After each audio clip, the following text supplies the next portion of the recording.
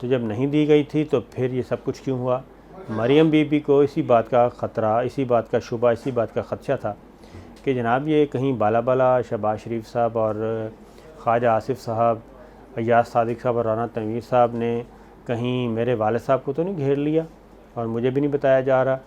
کہ وزارت عظمیٰ in house تبدیلی اور وزارت عظمیٰ خواجہ آصف صاحب اور شہباز شریف صاحب۔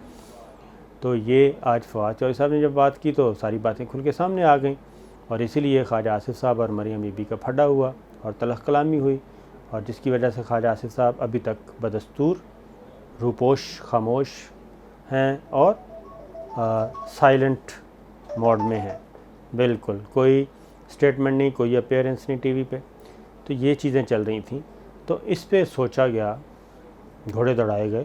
کہ جناب آخر ریزن کیا ہے۔ عمران خان صاحب نے بھی پتہ کیا، انہوں نے کہا کہ یہ کیا بات ہو رہی ہے اور یہ کس طرح کی باتیں ہو رہی ہیں کہ حکمراں اتحادی جماعتیں چاروں اور مولانا فضل الرحمان صاحب اور اپوزیشن کی جماعتیں ایک ہی بات کر رہی ہیں،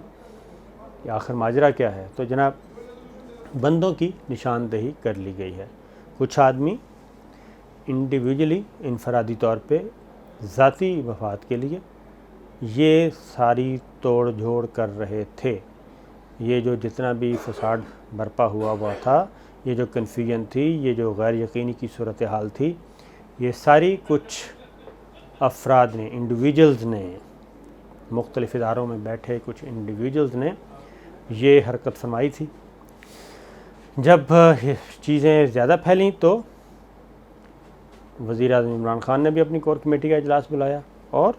باقی بھی۔ اب آنے والے دنوں میں جناب ایک بہتر تبدیلی آئے گی،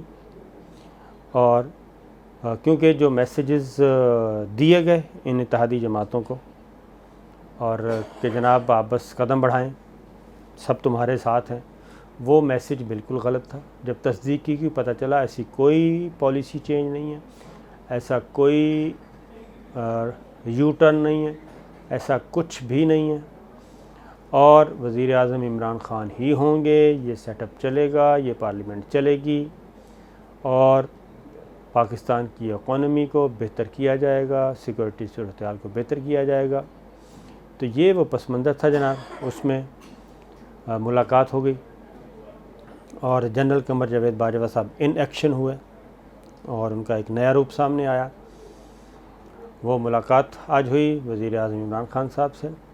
ڈی جی آئی ایس آئی موجود تھے، اور اس ملاقات میں خاص طور پہ مڈل ایسٹ کی سچویشن ہوئی، لائن آف کنٹرول کی سیکورٹی سچویشن تو ڈسکس ہوئی۔ اس کے بعد پھر یہ موضوعات بھی آئے، داخلی سیاسی صورتحال کے ملک کو عدم استحکام کی طرف اور غیر یقینی کی طرف لے جایا جا رہا ہے، جس میں فیصلہ ہوا کہ ایسے تمام عناصر جو یہ حرکت کر رہے ہیں، کسی بھی حیثیت میں کر رہے ہیں، ان کے ساتھ سختی سے نمٹا جائے گا۔ اور اس اجلاس میں فیصلہ ہوا کہ وزیر اعظم عمران خان ہوں گے، یہی سیٹ اپ چلے گا، یہی اتحاد، حکمراں اتحاد برقرار رہے گا،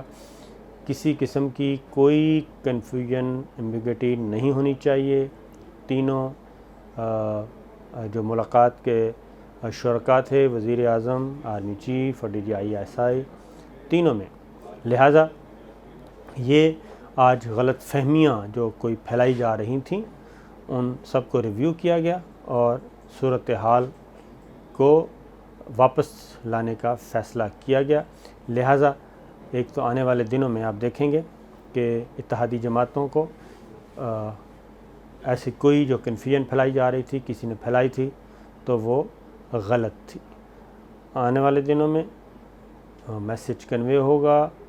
اتحاد مضبوط ہوگا اور سب مل جل کر چلیں گے، اور یہ جو باہر سے نواز شریف صاحب جو لندن میں بیٹھ کے شہباز شریف صاحب جو جوڑ توڑ کر رہے تھے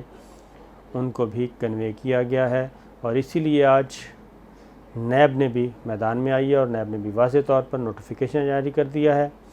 اور اس کا نتیجہ یہ ہے جناب جو مقدمات چل رہے ہیں، انکوائریز چل رہی ہیں، انویسٹیگیشن چل رہی ہیں، آج نوٹیفیکیشن بھی ہو گیا نواز شریف صاحب کے خلاف، سابق وزیر اعظم یوسف زئی گیلانی صاحب کے خلاف اور سابق صدر آصف علی زرداری صاحب کے خلاف نئے ریفرنس کی منظوری ہو گئی، ریفرنس فائل کیے جائیں گے، اور وہ ہیں توشہ خانہ سے متعلق جو سربراہان باہر جائیں تحائف دیتے ہیں، اور تحائف جو ہیں اونے پونے اپنے گھروں میں لے لیے گئے۔ قیمتی تحائف، گاڑیاں بھی تھیں اور بھی تھا، تو لہٰذا 3 ریفرنس ان سب کے ایک انجیکشن اور آج لگا دیا گیا ہے۔ جعلی اکاؤنٹ کیس میں بھی نئے ریفرنس آ رہے ہیں اور کچھ اور ریفرنس، لہٰذا چیئرمین نیب بھی ان ایکشن۔ اور دوسری جانب وزیر army chief general Qamar Javed Bajwa نے بڑے پیمانے پہ اپنے 2 مین پلیئرز تبدیل کیے ہیں۔ بالکل جناب، 2 مین پلیئر، ایک تو انہوں نے اپنا ترجمان DGISPR جس کو کہتے ہیں ڈائریکٹر جنرل انٹر سروسز جو ہیں ان کو تبدیل کر دیا ہے۔ میجر جنرل آصف غفور صاحب کو ٹرانسفر کر دیا گیا ہے اوکاڑا، وہاں پہ وہ GOC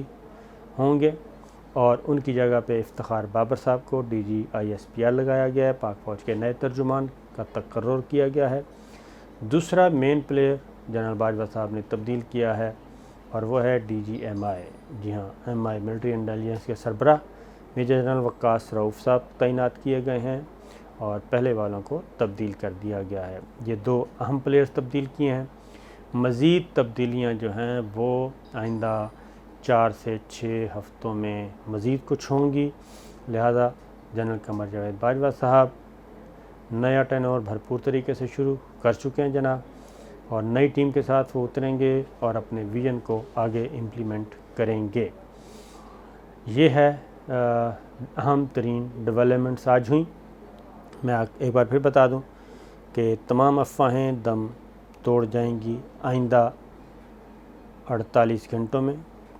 اور سب واپس اپنی اپنی پوزیشن پہ آ جائیں گے۔ حکمران اتحاد برقرار رہے گا، کسی قسم کی کوئی تبدیلی نہیں کی جائے گی۔ یہ چیزیں آج ڈسکس ہوئی ہیں،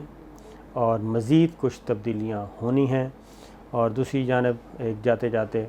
فیصل واڈا صاحب کا معاملہ، بوٹ لے کے آئے تھے، بوٹ سے ایک بہت بڑی داستان بن گئی، اور اس کے بعد ایک کمپین چلائی گئی، پروگرام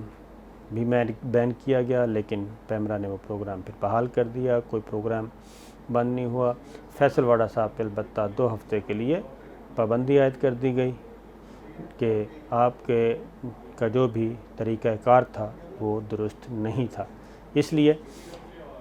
جناب یہ تھی بڑی خبر، اور انشاءاللہ اگلی ویڈیو میں اس سے بھی بڑی خبر آپ کو دیں گے۔